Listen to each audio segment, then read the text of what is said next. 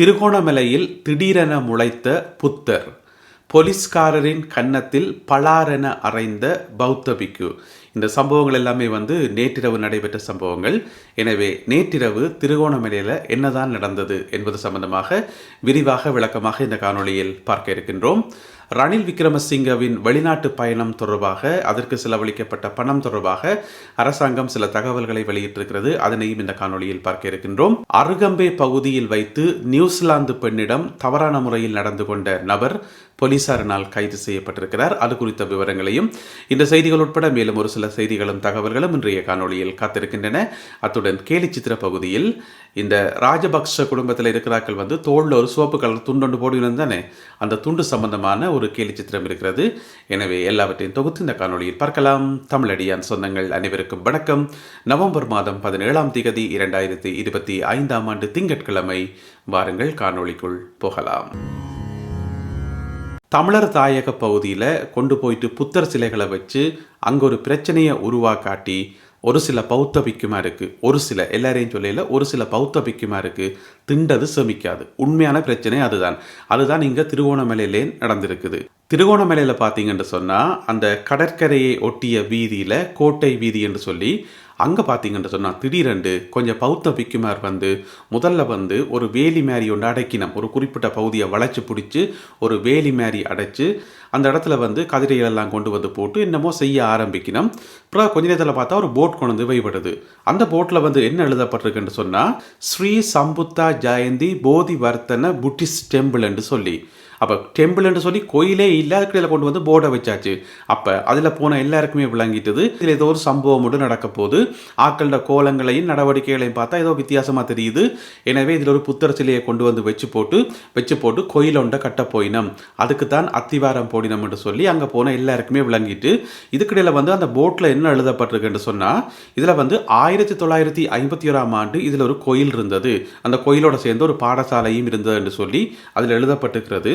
பிறகு அந்த போர்டுக்கு கீழே அட்ரஸ் எல்லாம் போட்டு டெலிஃபோன் நம்பர் எல்லாம் போட்டு பிறகு இமெயில் ஐடி வர என்ன எழுதி கிடக்குன்னு சொன்னால் சம்புத்தா ஜெயந்தி 790 என்று சொல்லி ஒரு இமெயிலை கிரியேட் பண்ணி அதையும் பெருசாக விலாசமாக போட்டு இப்படி ஒரு பெரிய போர்டை கொண்டு வச்சு போட்டு அடுத்த கட்டமாக என்ன செய்ய போயினோம், புத்தர் சிலையை கொண்டு வைக்க போயினோம்.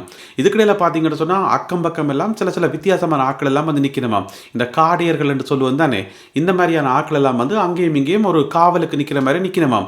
எங்கேருந்து கூட்டி கொண்டு வந்தாங்களே என்ன எதுன்னு தெரியாது. அந்த ஊர்க்காரரே இல்லையாம், அந்த பகுதி ஆக்களே இல்லையாம், எல்லாம் புது ஆக்கள் வேறு எங்கேயாவது கூட்டி கொண்டு நிற்கணும் போராடக்கு கூட்டி கொண்டு வந்து எல்லாரும் அங்கே சென்றுக்கு நிற்க வச்சு போட்டு இங்கால அலுவல் நடக்குது. இதுக்கிடையில் பார்த்தீங்கன்னு சொன்னால் சீமந்தெல்லாம் கொண்டு வந்து அத்திவாரம் எல்லாம் தோண்டி அத்திவாரம் ஆரம்பிச்சாச்சு. அப்ப அங்க கூடியிருந்த இளைஞர்கள், ஊடகவியலாளர்கள், அந்த ஊர் மக்கள் எல்லாரும் சேர்ந்து தங்களுடைய கடுமையான எதிர்ப்பை வெளியிட்டு உடனடியாக போலீஸுக்கெல்லாம் முறைப்பாடு செய்யப்பட்டது. தமிழ் பாராளுமன்ற உறுப்பினர்கள் எல்லாருக்குமே உடனடியாக தகவல் சொல்லப்பட்டது. உடனடியாக இந்த செய்தி சமூக வலைத்தளங்களில் பரபரப்பாக பரவ ஆரம்பிச்சிட்டது. இங்க என்னமோ நடக்க போகுதுன்னு சொல்லி எல்லா இடம் ஒரே பரபரப்பு. இப்படி இருக்கும்போது இரவு 8 மணி போல எங்கேயோ ஒளிச்சு வச்சிருந்த ஒரு புத்தர் சிலையை நைஸா தூக்கி கொண்டு வெளியே கொண்டு வந்து வைக்கிறதுக்கு புத்தர் சிலையை ஏற்கனவே கொண்டு வந்து இங்கே ஒளிச்சு ரெடியாக வச்சிருந்திருக்கணும். பிறகு கொஞ்சம் இரவாகட்டும், இருட்டினா பிறகு ஆக்கள் எல்லாம் குறைஞ்சா பிறகு ஒருத்தருக்கும் தெரியாமல் நைஸா இரவா கொண்டு வந்து புத்தரை கொண்டு வந்து வச்சிருவோம் என்று சொல்லி நினைக்கிறோம். விடியாக்கு முதல் கோயிலே கட்டி முடிச்சிட்டு போறதுக்கு அவ்வளோ வேகமாக அதுக்கு தேவையான எல்லா சாமானையும் கொண்டு வந்து அக்கம் பக்கத்தில் இறக்கி வச்சிருந்தவையாம். அவ்வளோ வேகமாக புத்தர் சிலையை வைக்க வேண்டிய தேவை என்ன வந்தது.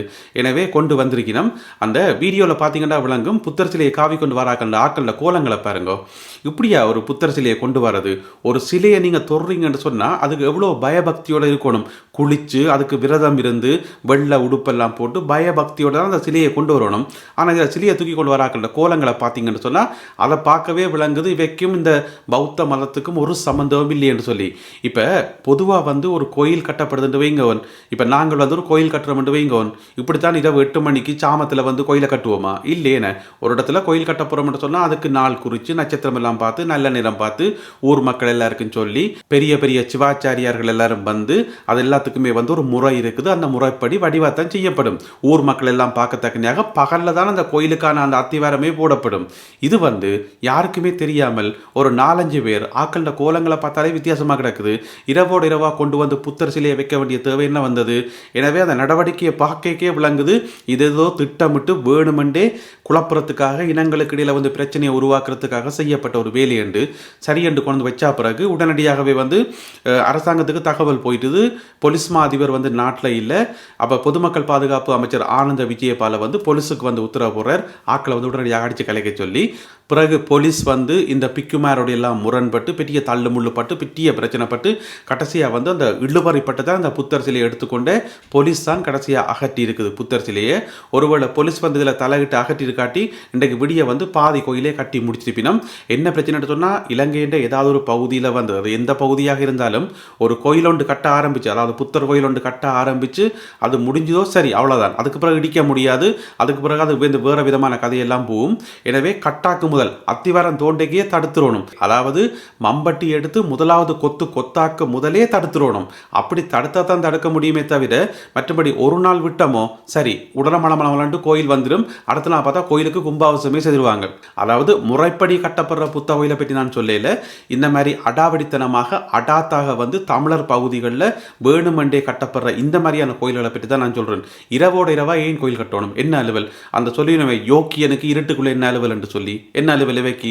எனவே இந்த பிரச்சனையை அரசாங்கம் எப்படி கையாளப் போகிறது என்பதை நாங்கள் பொறுத்திருந்தான் பார்க்கணும். இதுக்கிடையில் வந்து நேற்றிரவு அந்த புத்தர் சிலையை அகற்றியக்குள்ள போலீஸ் தான் அகற்றினது.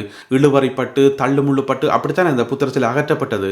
அதில் பார்த்தீங்கன்னு சொன்னால் ஒரு பௌத்த பிக்கு ஒரு போலீஸ் உத்தியோகத்திற்கு கண்டத்தை பற்றி அரைஞ்சு விட்டார் சலாரண்டு. அப்படி இருக்குது நாட்டு நிலைமை. அருகம்பே கடற்கரையில் வைத்து ஒரு வெளிநாட்டு பெண்ணிடம், நியூசிலாந்து நாட்டைச் சேர்ந்த ஒரு 24 வயது பெண்ணிடம் ஒரு நபர் வந்து தவறான முறையில் நடக்க முற்பட்டு ஒரு அசிங்கமான காரியத்தில் ஈடுபட்டு அதை வந்து நான் விவரமாக சொல்ல விரும்பல, நீங்கள் பெரும்பாலும் கேள்விப்பட்டிருப்பீங்கள்.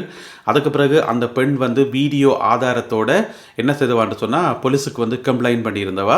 பிறகு போலீஸார் விசாரணைகளை மேற்கொண்டு அந்த வீடியோ வந்து சமூக வலைத்தளங்களை பரவி பெரிய வைரலானது.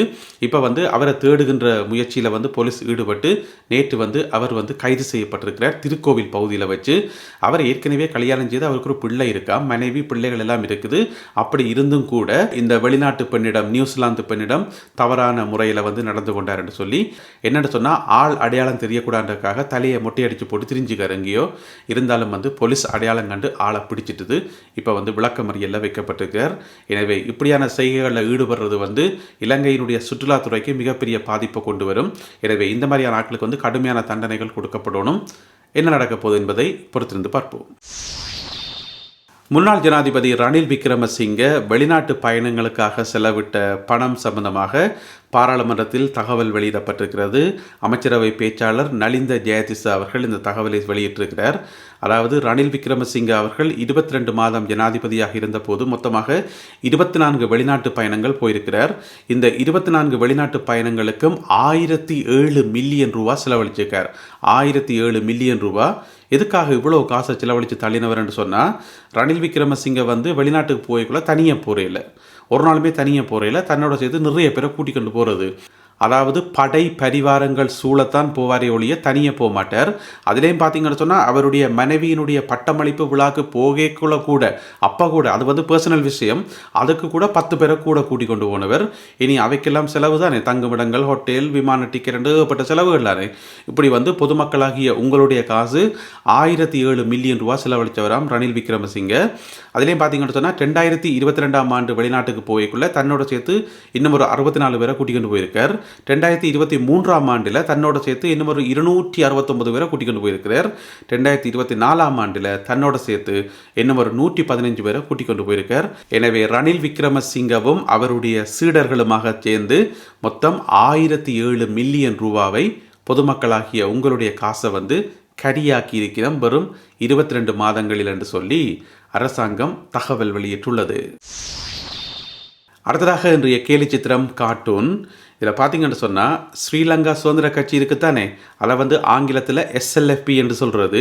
அதைத்தான் எழுதப்பட்டிருக்கிறது, எஸ்எல்எஃப்பி என்று சொல்லி எழுதப்பட்டிருக்கிறது. ஆனால் அந்த எழுத்தை வந்து நாங்கள் உத்து பார்த்தோம் என்று சொன்னால் இந்த ராஜபக்ஷ ஆக்கள் வந்து தோளில் ஒரு துண்டு போடணும் தானே, சிவப்பு துண்டு உண்டு, அந்த துண்டு மாதிரி வரையப்பட்டிருக்கிறது. ஏன்னு சொன்னால் இப்போ கிட்டல நாமல் ராஜபக்ஷ போய் அங்கே ஆஃபீஸில் சந்தித்தவர் தானே அவியலை 10 வருஷத்துக்கு பிறகு. அது மட்டும் இல்லாமல் இந்த 21ஆம் தேதி ஊர்வலத்திலே வந்து அவியல் கலந்து கொள்ளினோம்.